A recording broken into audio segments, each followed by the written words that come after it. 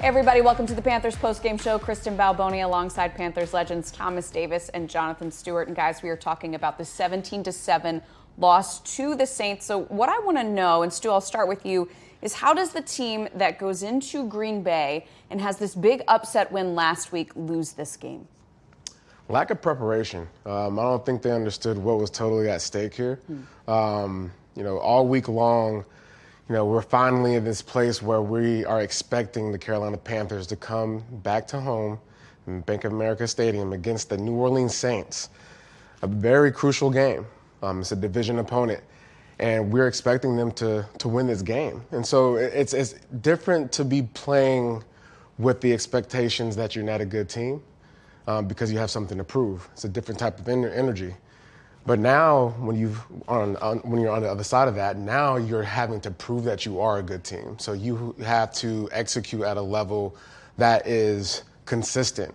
You have to execute at a level that rises above the team's performance. So it's just a different type of ball game when you are expected to come out here and win these games. You can't get bit by the complacency bug, and that's what I saw yesterday in watching these guys play. You show up and you think that you can beat a team based on how you've played other teams in the past and how they've played other teams in the past. But one of the things you have to realize is this was the Saints team, regardless of what their record said, they played hard. They play hard, in particular on defense. They have played hard all season long. And when you have a young football team like we have, they have to understand and realize that this is not like a college situation where you have certain teams on your schedule where you can show up and you're going to win the game.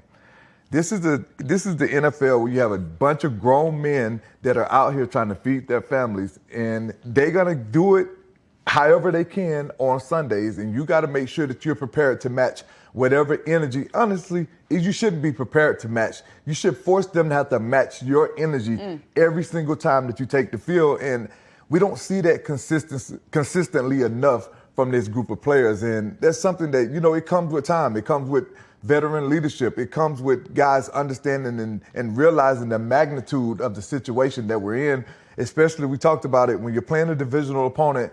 Doesn't matter. The records are out the windows when you're playing the divisional opponent. These guys want to come in and we're going to compete hard and we're going to try to do our best to knock you off. And we know and we understand that that's the mindset when you're playing in the NFC South every game. TD, you talked about this defense. There's a lot of talent on that side of the ball, and they came to play. Looking at what they did to the Carolina offense, just 73 rush yards, which was the second fewest on the season for the Panthers, 124 passing yards, the third fewest. We're going to get to that passing game because I feel like that's the bigger topic. But TD, I want to ask you first, how did this team stop the run? Because we know that is the strength of this Panthers offense. We know that is what they want to do, and they were not able to get it going. They just out-physicaled us. And when it comes down to it, when you watch the game, you turn on the tape, they won the battle in the trenches, the battle of physicality. And we talked about Demario Davis going into that game. He was the nucleus of that attack. He was the guy that was constantly playing downhill. It seemed like he was shadowing Rico everywhere that he went. He was getting to that ball. And guys on the defensive side of that ball for the Saints, they were flying around. They made a commitment to load the box up and really force our hand. And KB, we talk about that all the time. You want to force a team to be one-dimensional, but as an offense, once you get forced to become one-dimensional when a team loads the box, you have to have a plan in place that allows you to have success during the football. And we didn't do that consistently enough. Stu, how frustrating is that for a running back? We know how good Rico Dell is. He finds ways, he creates his own holes, then he runs through contact, and he was just not able to do that. It's very frustrating, right? Especially for his case, he's been running rampant for the last, several games. And your expectations going into a game is to hit the ground running and do it as you have been doing it. The difference here, I think this, to TD's point, they loaded the box. And when you load the box, it's like basically going into a house that has a bunch of rooms, a bunch of doors, a bunch of walls. You want that open floor plan when you're going as a running back. You want to be able to run freely. You want to be able to hit the seams when it hit the second level without having to shake guys off of you, off of your shoulders, and all those types of things. The Saints tackled really well. They played with angles. They weren't playing, sideline to sideline. They were playing angles, meaning they saw Rico go left. They were attacking him downhill, but on an angle going left and getting underneath blocks and being in position to make certain tackles. Well, let it be known that Jonathan Stewart is in favor of open floor plans. All right, everybody. All right, and TD, as you said, so once that running game is taken away, then the Panthers have to come up with something in the passing game. They were not able to do that in this game. Here is what head coach Dave Canales had to say about that after the game. I look at it and I got to do a better job. I got to do a better job of making sure that we have answers and complements to our run game.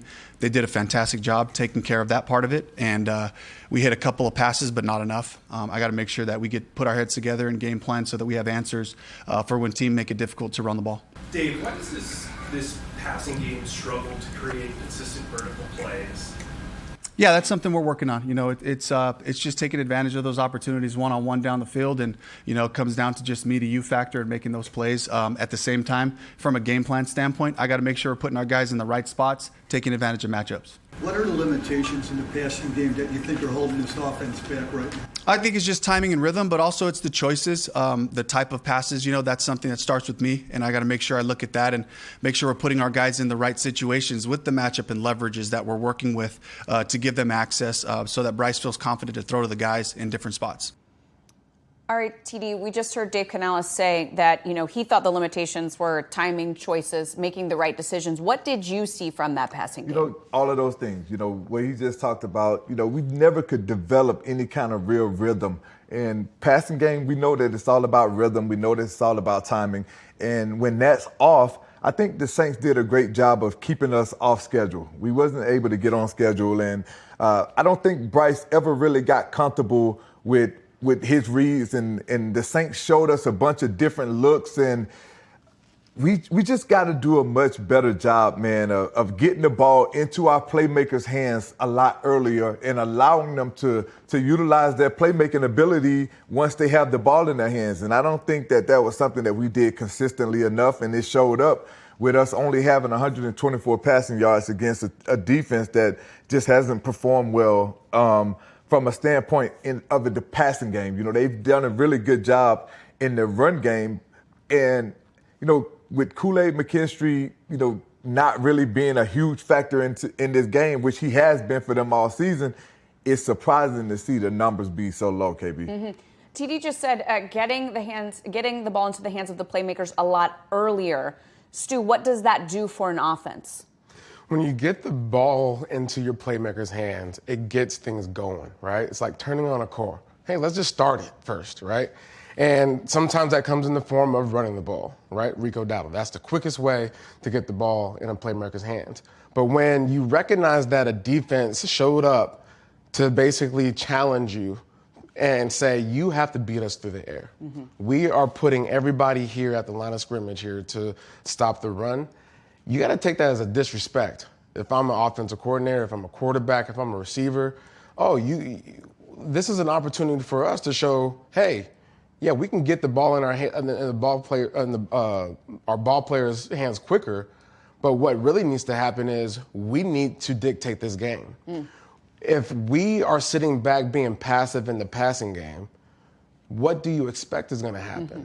You have to be just as aggressive as you are in the run game as you are in the passing game. If you want to get a certain look, you have to create that formationally, like the spatial recognition, create the special recognition for your quarterback so that way he can see things quicker, see things with a clear expectation of where he's going with the ball. And then for Bryce, you have to be consistent. You have to be on target with your throws so that way your receivers are building the expectation and chemistry of what they're, where they're supposed to be, where their landmarks are on certain looks. You know what I'm saying? So there's a lot that goes into the passing game because it is finicky. Everything has to go as expected. That's also comes with the pass pro, right? Mm-hmm. You have to be able to protect him and keep him upright and make him feel confident in the pocket. Mm-hmm. So there's just a lot there that I think we have been passive in for the last several weeks because the ground game has been so good. I think we've kind of ignored it, ignored the little details that they talk about throughout the week that does show up on game day. TD, we just heard Stu talking about putting Bryce in those right situations, scheming up for that, making sure that things spatially are in the right spot. But is there anything else that you see? You know, we talked before the show started. Could we get into some tempo? Like, what do you see? What would you do differently? Listen, honestly, KB, I've seen Bryce Young perform extremely well when we've gotten into tempo situations. And I know that we've been down and, you know, people will say that, you know, the defenses have been softer in certain situations. But in 2-minute situations, defense don't really play in a prevent style defense, in particular when the game is on the line or if this game is close enough, like we see in the Miami Dolphins game or a game where he's put together a game-winning drive.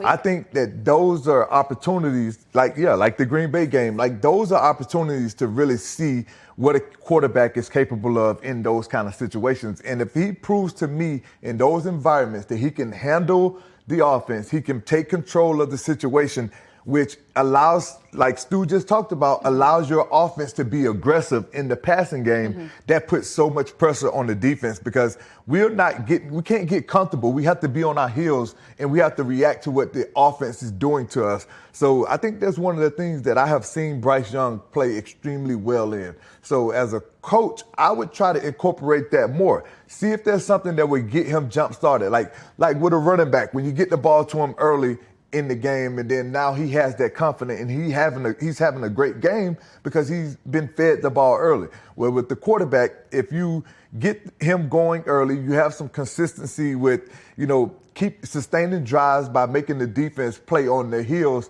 I think that's something that would definitely benefit Bryce, and he has proven time and time again in those situations that he can handle that. I think it would be something that would be a great jump start for him. We also heard from Dave Canales. He got asked about the vertical passing game. He said that's something that we're working on. TD, do you want to see more deep shots down the field? Absolutely. I think we have the playmakers in order to really get that done. In years past, I wouldn't say that was something that this offense was definitely capable of. But, you know, when you add a guy in like T-Mac, when you have XL healthy and on the field, those are guys that I identify that can be our down-the-field shot guys. Jimmy Horn Jr. been another guy that can come in and stretch the field for us. So we have to be able to – it first starts with the offensive line protecting well. Like, if you don't get that done, it doesn't matter how many shots you call. Like, when the offensive line is not playing well. And hats off to those guys. They have performed well in a lot of really tough situations, in particular with guys going in and out of the lineup. But I don't feel like yesterday was the day that we really could get that done. And I think too often yesterday in watching the game, we were getting locked in on T-Mac in particular. I didn't see enough passes going to XL and other guys getting dispersed the ball. And I think that was one of the issues that ended up being one of our problems because the Saints started to lock in. You used to look at the interception to Taylor. He ran right under the out route as if like he knew that was coming. So I just think that's one of the things that we have to do a much better job of offensively and not making it so vanilla. Stu, when you talk about spreading the ball around, like you said, you want to get Bryce into those situations where he's comfortable. We know they practice that. So what is the disconnect, do you think? I mean, it's all about the flow of the game. You have to be able to recognize opportunities where, you know, certain matchups are to your favor. And I think what we just haven't necessarily had the mindset of being the aggressor in the passing game. And when it comes to, you know, Bryce making certain decisions, you know, pre-snap reads, I'm not really sure, you know, what's being talked about, what's being coached as far as what he's supposed to be looking for in finite detail. But I know the decisions that he had made in that game, you know, he said it in his press conference, you know, that's on me, right? I have to make better decisions. And when you have a quarterback, you know, that is struggling in that department, there is a trust thing there, in all honesty. And so you're putting the coach in a bind in the sense of what he's feeling comfortable in calling. And so when you showcase that you're not making the right reads and whatnot, you're as a team, you have to make sure you're protecting the ball. And sometimes it's a paralysis by analysis, right? And I think that might be a little bit of a disconnect. All right, let's talk about this defense. They only gave up 17 points to the Saints. They did give up a couple of big plays, 2 plays of 50 or more yards. TD, how do you evaluate their performance yesterday? Listen, I think overall defensively, minus 2 plays, the defense performed extremely well. We performed well enough for us to win the football games in most areas of the game, but the one area that really bothered me yesterday was third down. We got them into some third down situations and third and long situations, and we did not take advantage of those in getting them off the field. If we would have been able to get them off the field in more of those third down situations, I feel like that would have been something that would have, regardless of how the offense played, that would have made a difference in the outcome of this football game, because that would have created extra possessions for them. That would have gave us the time of possession battle in our favor. I think the field position battle, we did a great job of forcing the Saints to start with some terrible field position. Like, a lot of times they started from in their own 10-yard line. So I feel that like one they started on the 2-yard line. Listen, there was a couple of times where we had them pinned deep, exactly where you want to have a team start, and we just didn't take advantage of it once we got the ball back offensively, being in scoring position. So I just think that's one of the things that we really have to hone in and really figure out what our identity is going to be and make that be our strength instead of, the inconsistency that we've seen from it. And Stu, a couple of those big plays came on J.C. Horn. But you were saying, before we started rolling, like, I'm not worried about J.C. Horn making those plays, right? That's not him. Yeah, I mean, we expect, the world out of him, right? Because he's that good of a corner. And, to have that game that he had, everyone has a game.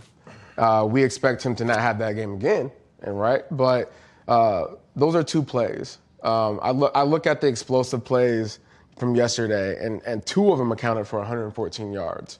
You take those 2 plays away, and they're the Saints that we expected them to be, right? And so defensively, you take those plays away, and it's a different ball game, and maybe we as an offense start calling different things in a different pattern, right? The expectations as far as moving the ball down the field, being patient on offense, those things come into account when you're not playing from a 17-3 deficit.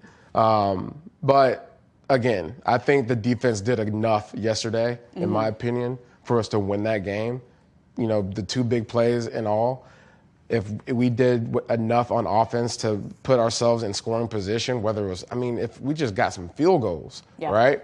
This is a different ball game. We wouldn't be talking about these 2 plays by J.C. Horn. Yeah, but if you look at this play, like as aggressive as J.C. is and the way he plays the game physically, I feel like that was just a play where he just expected a call from the refs, and it didn't happen for him. And then on this particular play right here, it's just bad eyes. Bad eyes, guys looking in the backfield, expecting the ball to come out at a certain point, and the quarterback did a great job of creating some extra time, and JC had his eyes locked in, and the tight end made a move when he wasn't expecting it, and then you saw the end result. But it comes down to guys playing the game and not guessing. Right. I like what you said, though. He was expecting something to happen. And to be honest, watching the game as a whole, I think everyone was expecting someone to show up and do something, right? Rather than just making it happen. Like, you can't wait on someone. You can't wait on the ref, right? You can't wait on your offensive coordinator. You can't wait on your defensive coordinator. You have to go out there and execute. Whatever's being done, you got to execute to the maximum ability. And to that point with J.C. Horn and Chris Olave, you have to go out there and make the play. You have your eyes on his hip. You're way downfield. He's not running anything else but straight forward to that goal line, right? So you need to body him. You need to do certain things to adjust to make the play because we've seen him do it, right? So you put it on film. We now build these expectations of you to do it over and over and over again, so that way you become elite. But as we said, just giving up 17 points in this game, generally a really good performance by this defense. Once again, just 13 last week to the Packers. And if you really want to look for a bright spot, I think it was Nick Scorton. 4 tackles in this game, including 1 for loss, a sack, 4 pressures. And TD, I got to talk with him a couple of weeks ago, and the thing I love that he said, I'm not the biggest guy, I'm not an athletic freak. The way that I can show up and impress these guys that I love playing with and that I look up to is to know my playbook and do my job. Yes. You can tell this kid, he loves the game. And, every time we have an opportunity to talk to him, he's always asking questions. And whenever you find a player that's doing that, it just really shows how much they value knowledge and how much they value getting better. And how much they realize that there's so much more that you can learn, that you can get better at. And you love to see that in a rookie. And just look at the effort. Look at the amount of energy and effort that he puts in and play out. And you look at it when you've seen him play in college and you like, okay, he played on a Texas A&M defense to finish his year out, but the production wasn't really there. And you start to question, you start to wonder, but then you see a kid come out and he play with this kind of energy and effort, and you know without a doubt that you made the right decision in selecting him. But then you go back even further, Stu, and then you look at the guy that played next to him, Stewart, that got drafted to Cincinnati, and he looks like he doesn't belong in the NFL at all right now. And I think that really goes to show, how much Nick has really put into his game since he's gotten to the NFL, and how much he's really learned from the guys that are around him and how much this matters to him. Yeah, being in this role, I think there's something to be said about, the defensive side of the ball. You have Derek Brown, you have A'Shawn Robinson, you have these veterans that, love the game. And we talk about Dan Morgan. What was the first thing that he wanted out of his players? Dogs. A guy that loves football. And when you love football, you have a curiosity about you. And to that point, Nick Scorton, he's curious. And when you're curious and you actually do something with it, that means you have humility. And so those are the perfect, personality traits for a great athlete. We're watching one in the making where every week he's doing something to be having a positive impact on this game. So shout out to you for being a bright spot. Yeah, absolutely. All right, let's take a look at the next 4 games. Of course, with the loss to the Saints, the Panthers dropped to 1-1 in the division. It's something that we need to say, though, still 5-5 right now, 10 games in. Here are the next 4 games. Another division game here, another opportunity for the Panthers going down to Atlanta 3-6. And then you got San Francisco on Monday Night Football. You got the Rams, and then you go back to this game against New Orleans, this time away in New Orleans. TD, what do you see when you look at this schedule? I look at a tough schedule. I look at a schedule regardless of what these records indicate. Now, you're going to play against the Atlanta Falcons team. Their record says that they're 3-6. It's a divisional opponent. And we talked about those games and how they make a difference and how different those games get played. But if you look at the Atlanta Falcons, they played the Buffalo Bills 2 weeks ago. They beat them. A team that we saw what happened when they came in and played against us. Then they played the Indianapolis Colts this past weekend. We know how well the Colts have been playing this year. Atlanta had that game won, and it went into overtime, and the Colts were able to come away with that win. But I think that really speaks to, the magnitude of how you can never take any week in this league for granted. You have to take advantage and win the games that you are supposed to win. That's the reality of it. And to me, this was a game this past weekend that we were absolutely supposed to win. We were the better team. We had the better record. But Coach Rivera has always said to us as players, the team that plays the best on Sunday is the team that's going to win the game. And that will always remain true. It doesn't matter who your personnel is. It doesn't matter how well you call plays. If you don't execute and if you don't do the things right for 4 quarters, you can be beaten on any Sunday in this league. And, that's the proof is in the pudding when it comes to that. So we have to understand and know the Atlanta Falcons record is what it is. We got to show up. San Francisco record is what it is. We got to show up. And the Rams have been playing extremely well. We got to show up. And then when you get to that Saints game, you better have your hair better be on fire going into that dome, because they're going to be rocking, and we better take that energy and we better make them match our energy going down there, or this season could potentially get away from us regardless of how well they played. And being at 500 right now, it could all slip out of your hands if you don't get a hold on things right now. Yeah, I think the level of,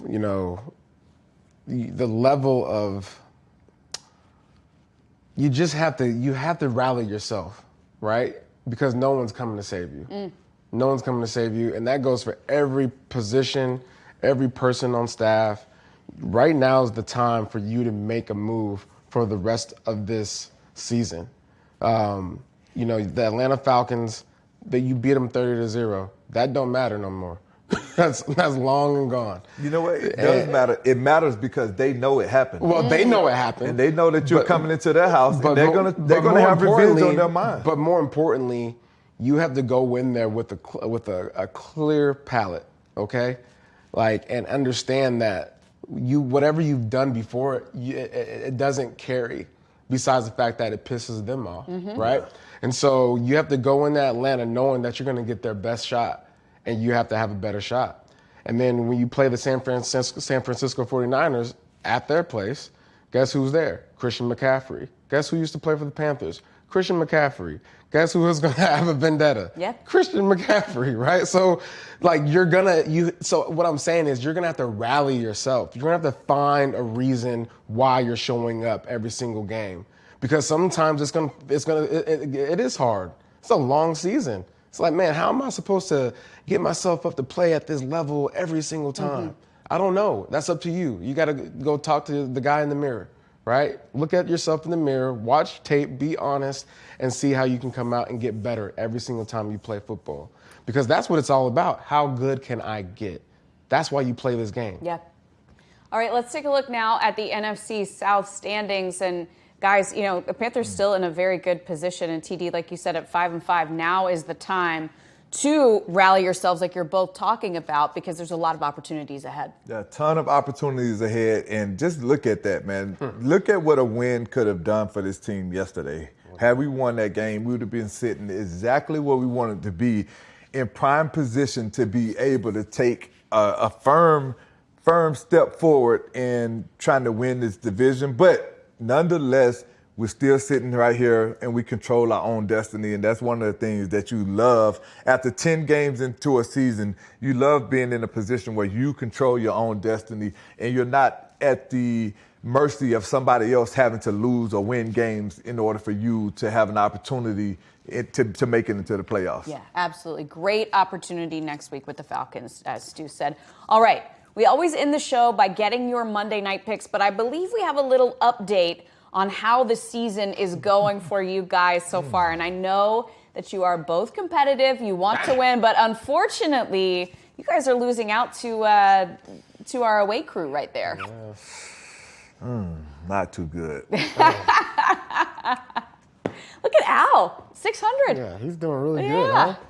All right, but look, that can all turn around right here with tonight's pick. We got the Eagles at the Packers. That is a very good game, certainly one that we're excited to watch. So, TD, let me start with you. Where are you going in this one? To me, the Philadelphia Eagles is the better team in this game, but we know that it's not always about the better team. It really comes down to the team that has the most to lose in a situation, and I feel like it's the Eagles in this, and I'm going with the Eagles too because, listen, when you watch this Eagles team, I just feel like they were struggling with their passing game. There was a big talk. There was a big component that everybody talked about with them. And I think that they found some balance offensively. Defensively, they performed pretty well all season long. But offensively, they've struggled to find balance in their passing game. In these last 2 weeks, they figured something out with their passing game. They got their receivers happy, and I think they're going to come away with this victory. Did they just come off a bye week? I think they're going to be asleep. Oh. So I'm taking the Packers. Packers just came off of losing to the Carolina Panthers. and I think they want to make sure they set the record straight. Okay. Right? And it's a home game, so they can't lose 2 home games in a row. They can, though. They can. And they but will. I don't think they will. Jordan Love ain't going to let that happen. And they will. Josh Jacobs going to have about $130. Nope. 2 tugs. Jordan Love going to have about 220 through the air. Nope. It's the other Jordan that's going to stop all that, Jordan Davis. Okay. Shout out to the Charlotte kid. I always love the back and forth on this. Guys, thank you so much for joining me on the Panthers postgame show, as we do every week. And I feel like we talked through a lot of this. I know I learned something. Hopefully the fans did as well. And we appreciate all of you watching. We'll be back with you next Monday on the Panthers postgame show.